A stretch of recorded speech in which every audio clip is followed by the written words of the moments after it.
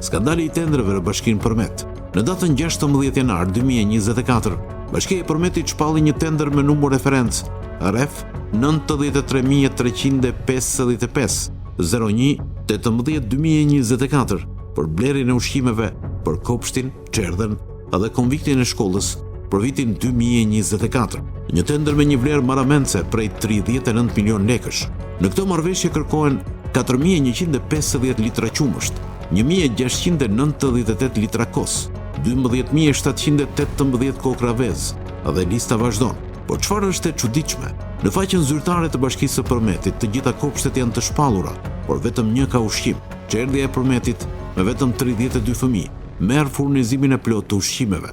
Përveç kësaj, tarifa e fëmijëve është 2 fish më e lartë se sa për kopshtet publike të tjera. Ndërkohë 10 kopshtet e tjera, nga kopshti numër 1 deri te kopshti i Pakomit, janë tërësisht pa ushqim. Konvikti i shkollës së mesme, i cili ka shumë pak nxënës se çerdhja, ngrehet dyshime të mëdha për përdorimin e këtyre fondeve. Si mund të justifikohen 7 punonjës për këtë strukturë, kur furnizimi i ushqimit është kaq i kufizuar? Ky tender ka shumë pyetje pa përgjigje. Pse nuk ka transparencë mbi përdorimin e këtyre fondeve? Pse disa fëmijë përfitojnë dhe të tjerët jo? Problemi i kopshteve dhe çerdheve dhe lidhja me të fortët e Elbasanit. Bashkia ka hapur tenderin në datë 16 i pari 2024 me numër referencë RF 93.355 01/18/2024 me objekt blerje ushqimesh për kopshtin me drek, çerdhen dhe konviktin e Bashkisë Përmet për vitin 2024. Marrëveshja do të ishte kuadër 39 milion lekë do të hapej fondi nga autoriteti kontraktor Alma Hoxha, 4.150 litra qumësht, 1.698 litra kos, 12.718 kokra vezë, 40.5 litra vaj ushqimor lule dielli, 600 kg mish viçi dhe 127 miell gruri, 1.349 kg patate, 812 kg karrota dhe 893 kg portokalle. Në faqen zyrtare të Bashkisë së Përmetit ka vetëm një kopsht çerdhe me ushqim dhe emërtuar Çerdhe Përmet. Në këtë çerdhe janë gjithsej 32 fëmijë, që sipas Bashkisë Përmet paguajnë një tarifë ditore prej 230 lekësh, apo gati 2 fish më shumë se tarifa që paguajnë prindërit që kanë fëmijët në çerdhet publike, ndërsa 10 të tjerat nga kopshti numër 1, 2 e deri te kopshti i Pacomit në fshatin e Pacomit janë të gjitha pa ushqim. Ndërkohë shuma që i shkon konviktit të shkollës së mesme ngre dyshime të arsyeshme se në këtë tender po abuzohet. I vetmi fakt është që në strukturën e punës së këtij konvikti janë 7 punonjës. Kanë marrë atë grantin edhe po e investoj. Unë nuk mendoj që ato qytetarë që jetojnë atje do jenë shumë të lumtur kur shikojnë një objekt. Jo me një, mund të ketë dhe 10 dhe mund të mos jetë funksional, sepse ato kuptojnë mirë që me parat e tyre do paguhet drita atij konviktit atje, me parat e tyre do paguhet ato ushqimet, ato kostot e tjera, roja, energjia elektrike. Këtë tender e ka fituar kompania Gerti 198 me administrator dhe aksioner Elgert Laska.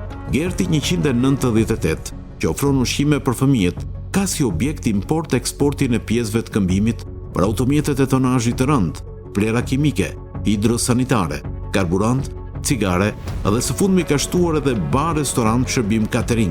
Kujt ja ka dhënë drejtoresha Alma Hoxha këtë tender? Fijezat që lidhen me krimin, si futet banda e Taroçelës në ushqimet e fëmijëve. Elgert Laska, i përveç kompanisë Gerti 198, ka hapur kompaninë MPEDG Group në datë 15/6/2021. Laska i është bashkëpronar me Olta Sharrën, gruan e Gentian Sharrës, në kompaninë e ndërtimit. Banda e Taroçelës, ndonse e goditur nga SPAK për një sag krimesh të rënda, vijon në forma të kamufluara të përfitojë para publike përmes tenderave.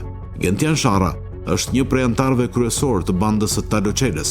SPAK ka identifikuar Gentian Sharrën, i dënuar më parë për trafik droge, autori disa grabitjeve, përfshirë dhe grabitje në Rinasit. Ka dyshime të arsyeshme se paratë e vjedhura të bankës në Rinas janë miksuar me lekët e parave publike.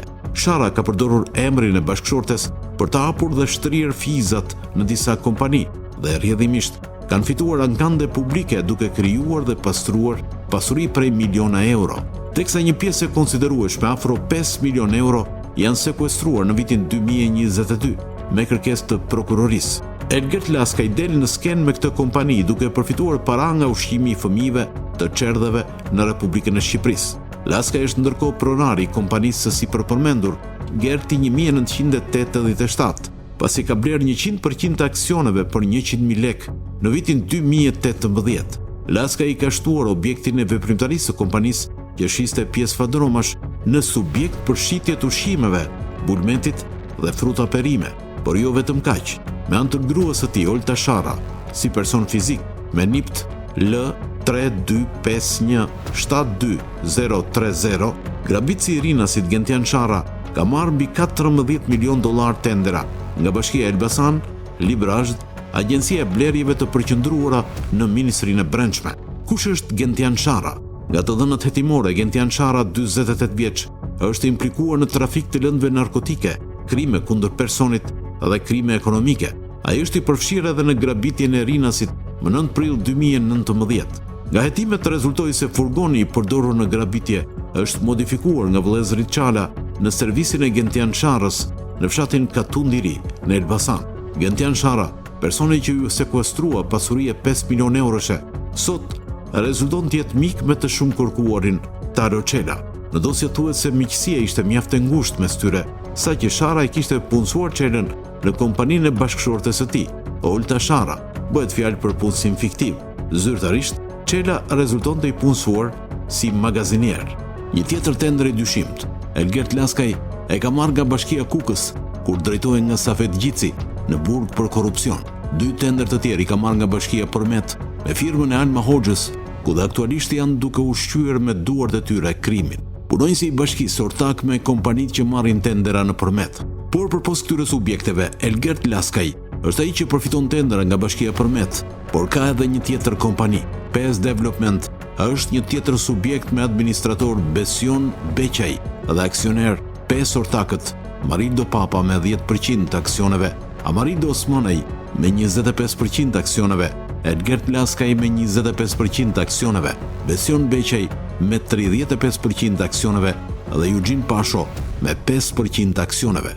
Ky i fundit edhe pse me numrin më të vogël të aksioneve, rezulton gjithashtu të paktën për vitin 2022, administratori i njësisë Piskov. Është Pasho në kushtet e shpërdorimit të detyrës apo përfitimit për shkak të detyrës? Në një nga kërkimet në faqen zyrtare të bashkisë në emër të Eugene Pasho, del edhe një tjetër subjekt, restorant i regjistruar që prej 10 tetorit 2017. Restoranti i quajtur Enea, me adresë në Rrugën Nacionale Përmet Këlcyr dhe email eugenepasho@gmail.com. Kjo kompani është pezulluar menjëherë në 24 shkurt 2025, vetëm një muaj më parë pasi gazetarët e emisionit Veting kishin nisur investigimin. Por një tjetër kompani del në sken. Ajo është Përmet Adventure Tours. Në këtë kompani janë aksioner gati të njëjtët persona, Elgert Laskaj me aksionet dhe Smeralda Buzaxhiu, njëherë është edhe administratore, por edhe aksionere, Eugene Pasho që është edhe punonjës i bashkisë dhe Ledion Hila, të gjithë me 25% të aksioneve. Edhe në vitin 2025 është hapur i njëjti tender nga qeverisja vendore Përmet me objekt blerje ushqime për kopësht me drek, qerdhe dhe konviktin në bashkinë Përmet për vitin 2025. Pikërisht në datën 24 janar 2025, me procedurë të hapur të thjeshtuar, në garë morën pjesë 2 konkurrent, Gerti 1987 dhe Geralda Metushi PF. Por kjo garë është shënuar me flamur të kuq nga Open Data Albania, skualifikimi i të gjithë operatorëve konkurrues, përveç fituesit dhe skualifikimi i ofertës vlerë më e ulët. Ashtu si në vitin 2024, edhe për vitin 2025, fituesi është po i njëjtë. Tenderi me vlerë 3.444.069 lek me objekt blerje mallrash me procedurë të hapur të thjeshtuar, blerje ushqime për kopësht me drek, qerdhe dhe konvikt në Bashkia Përmet u fitua nga Gerti 1987 me afat deri në 31 dhjetor 2025. E pa falshme, nuk duhet planifikimi keq. Ajo duhet marrë përgjegjësi ajo që e ka planifikuar. Ky nuk është justifikim që unë do ta bëj. Bashkitë planifikoj në mënyrë strategjike. Unë nuk e di kush e ka bërë, por kush do ta ketë bërë nuk e ka planifikuar ashtu siç duhet. Si po më bën investim 300.000 euro, ama konviktor ke vetëm një.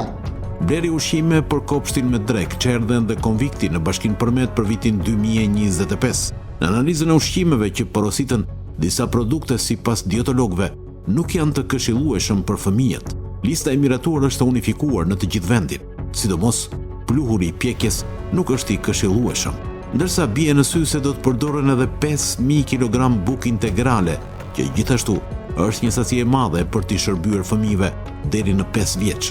Ndërsa janë edhe një sër frutash dhe produkte të tjera si kanell, djath kaçkavall, fruta të ndryshme, për të cilat prindërit thonë se nuk ju jepen fare fëmijëve. Në kopshtet shtetërore, shpesh mëngjesi është shumë i vakët, dreka kryesisht ndonjë supë, tërshër, pluhur pjekjeje dhe trahana me shumicë. Në listën e ushqimeve që do të furnizohen kopshtet, dominojnë me sasi të mëdha produkte që përdoren pak ose as pak për fëmijët. Në dokumentet standarde të tenderit, shohim se është një listë e gjatë me produkte ushqimore, ku një pjesë e mirë e tyre konsumohen shumë rrallë nga fëmijët në kopsht dhe pothuajse fare nga fëmijët në qerdhe. Shohim se do të blihen në sasi të mëdha tërshër, miell misri, pluhur për pjekje, limon, që përdoren në një sasi të reduktuar tek fëmijët. Por lista e ushqimeve nuk është i vetmi problem. Ka raste kur qerdhet dhe kopshtet nuk ekzistojnë fare. Një auditim performance i kontrollit të lartë të shtetit, barazia gjinore dhe fuqizimi i grave në zonat rurale përmes përfshirjes në tregun e punës nënvizon se auditimi i të dhënave të grumbulluara nga njësitë e vetqeverisjes vendore, objekt auditimi, u konstatua se pothuajse në 80% të tyre, raporti i qerdheve dhe kopshteve nuk është në proporcion të drejtë me njësitë administrative rurale dhe ato urbane që i përkasin një bashkie. Referuar të dhënave zyrtare nga bashkitë, objekt auditimi, konstatohet se qerdhet mungojnë në njësitë administrative rurale dhe në disa raste edhe në njësitë administrative urbane. Përjedhoj, nuk sigurohet një mbulim i plot dhe ndarje drejt sipas zonave urbane dhe rurale me kopshte dhe qerdhe, thuhet në raport. Po kështu audituesit kanë konstatuar se nga të dhënat e grumbulluara nga njësitë e vetqeverisjes vendore, objekt auditimi, u konstatua se në disa njësitë të qeverisjes vendore nuk sigurohet transport publik, përveç se në njësitë administrative urbane. Përjedhoj, nuk sigurohen kushte lehtësimi për të afruar gratë dhe vajzat sa më afër tregut të punës.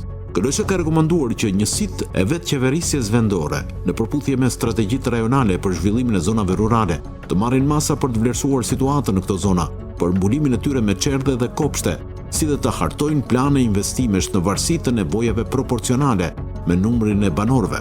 Po kështu njësitë duhet të vlerësojnë nevojat për mbulimin me transport publik në çdo njësi administrative për të afruar nga zonat rurale drejt atyre urbane. Emrimen në kundërshtim me ligjin. Por jo vetëm kaq. Kryetarja e Bashkisë së Përmetit ka kryer emrime në kundërshtim me ligjin, duke thyer ligjin dhe rregulloren e përcaktuar, përgjegjësi urbanistikës dhe planifikimit të territorit, punonjës pyetsh, JG, punonjës pyetsh, ES, MK, specialist bujqësie, JP, punësimi pranë Bashkisë së Përmet i nëpunësve për të cilët nuk është zhvilluar paraprakisht një procedurë konkurrimi i hapur, përveç se bie ndesh me interesin publik, parimin e konkurrencës së lirë dhe barazisë përpara ligjit, ndër të tjera përbër një risk të shtuar duke ndikuar negativisht në marrëvajtjen e punës të institucionit. Për sa më sipër, Bashkia e Përmet ka vepruar në kundërshtim me Kushtetutën e Republikës së Shqipërisë, neni 107.2, ku përcaktohet që në punësit në administratën publike caktohen me konkurs, me përjashtim të rasteve të parashikuara nga ligji.